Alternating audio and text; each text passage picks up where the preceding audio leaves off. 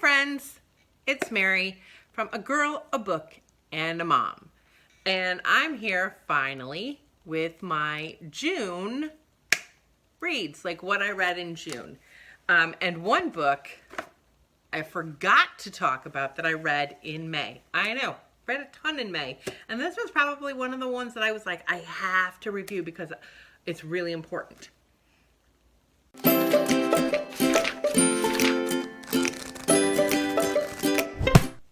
Okay, the book I neglected to review in May is The Man in the Arena, and it's a memoir of, it's written by James Bond, but I know him as Jim, and here's his wife, Kathleen, and this is his memoir. He worked at Ernst & Young, and then was diagnosed with multiple myeloma, and it's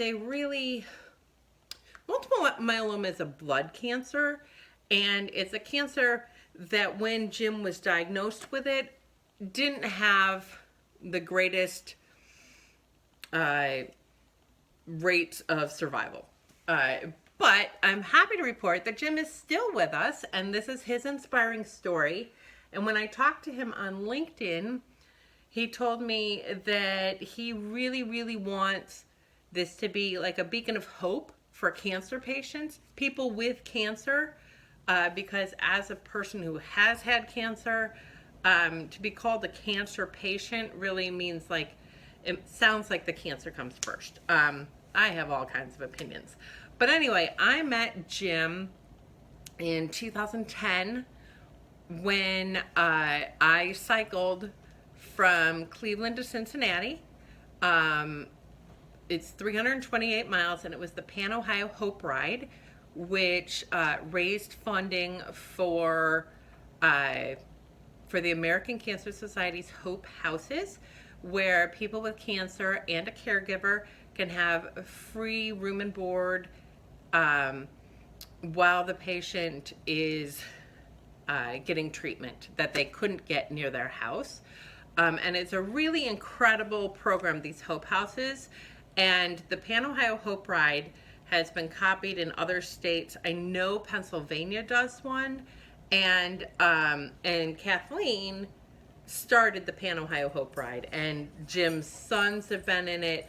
Like, it's just, they're the coolest people. And so this is his inspiring story of living with multiple myeloma and what his journey has been. So if you have cancer, if you know somebody else who has cancer, this is just the greatest book. And it's written by an accountant, but there's lots of photographs of him in there, and they're just the nicest people. Nice big print. It's not a difficult read, and so inspiring. So that's a 5-star read, and definitely a book of hope. Okay, so that was the important book that I forgot last month.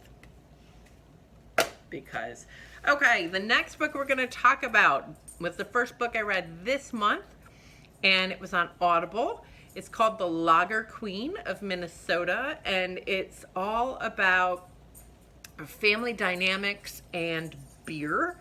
And I read this for the BuzzFeed challenge that it had to be a name or a title in the title. And so Queen. And it's about two sisters, and there's a rift, and then it all comes back. It's just a really great story of a dysfunctional family dynamic, and love and beer. So that was a 4-star. It was really good. The next book I read on my Kindle, and it was Actor Age, Eve Brown, by Talia Hibbert. This was the last in the series, and this was a 5-star because I've enjoyed all 3 of the Brown Sister trilogy by Talia Hibbert. I can tell you that I like Eve Brown the best of the sisters, but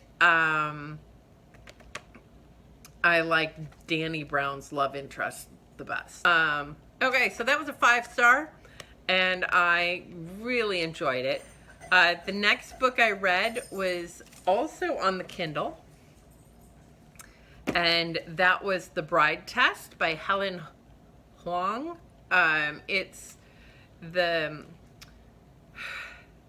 She wrote The Kiss Quotient, which I liked. I liked a lot.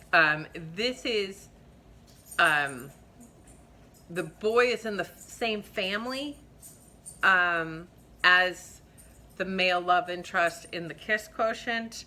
But basically, he's autistic, and he doesn't think he can feel feelings. And so his mother went to Vietnam to find a girl to be his wife. And it's a really good, I really enjoyed it. That was a 4-star. The next book I did on Audible, and this was probably the best book of the month. It was called 50 Words for Rain by Asha Lemmie. And it's a 5-star for me, about a girl who is basically abandoned at her grandmother's. She's got mixed race, and it's Japan, in Kyoto. And so they keep her in the attic. And it's her story, and the story of her and her brother, and the bond between them. And it's a coming-of-age story that's fairly tragic. It's a grab a tissue read, but it was so good. It was just really, really good. And the number of just sad things in this book, a lot of sadness, but really, really good. The next book I read is a 5-star prediction book. The girl. Hi. The next book I read is Beneath the Scarlet Sky, and this is a 5-star prediction by Mark T. Sullivan. So all I can tell you is that it is it's based on a real person in Italy, and his efforts against the Germans in World War II. That's all I'm going to tell you. Then I went on a big reading slump because I've been working my way through Crime and Punishment, which is vastly confusing. I made it through part 1, and it's all first person, and I can't tell what's reality, what's not reality, what the hell is going on, and it's very sludgy. So that went in the did not finish, which is a bummer because this was my BookTube Spin number 2 book, and I'm not finishing it, at least not for now. So that's a did not finish, which I finally am DNFing Love and Math. Also, I just don't feel like reading it. I love math, but this is very sludgy also, and I'm just not into sludge right now. Which unfortunately brings us to the next book. And that's Subtle Acts of Exclusion by How to Understand, Identify, and Stop Microaggressions by Dr. Tiffany, Jana, and Michael Baran. And this is my book for my Woke series, that every month I read a book to further my understanding of social issues concerning race. I did not love this book.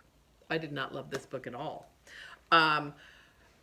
It was kind of odd because I agree with the premise.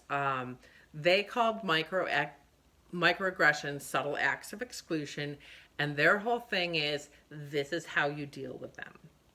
Which I totally agree that subtle acts of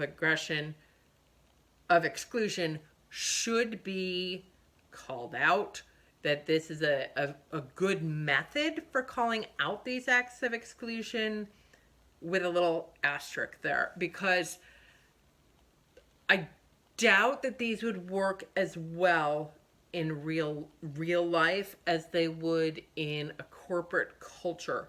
And that brings me to like some of the large issues I had with this book. Okay, first of all, this book reminded me of the kinds of books that I have to read every summer for work. Like, they would, pre-pandemic, would send us home with a book and we'd have to read it, and that would be our theme for the year to improve our school culture. That's very much how I felt this was. And I think it might be effective, maybe, in the school setting. I say maybe because there are some people I work with who I think, well, I know, wouldn't read the book, and two, would probably be like, oh, those liberals, which I think happen everywhere. Another major problem I had with this book is I felt that Dr. Tiffany, Jana, and Michael Baran were trying to sell their consultancy. In fact, all of chapter 4 would be about their consultancy. And all throughout the book, they were talking about after a corporation has had this training, which in order for a corporation to have this training, you'd probably have to hire these two to do it. So it was kind of like, great, it's an infomercial. And then Dr. Tiffany Jana, it doesn't say doctor, but she's a doctor. She is an African-American, non-binary, LGBTQIA plus identifying individual. And Michael Baran is a heterosexual white Jewish man.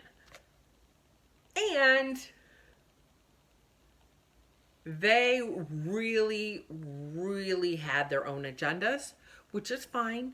But some of their agendas, I was like, seriously? Like their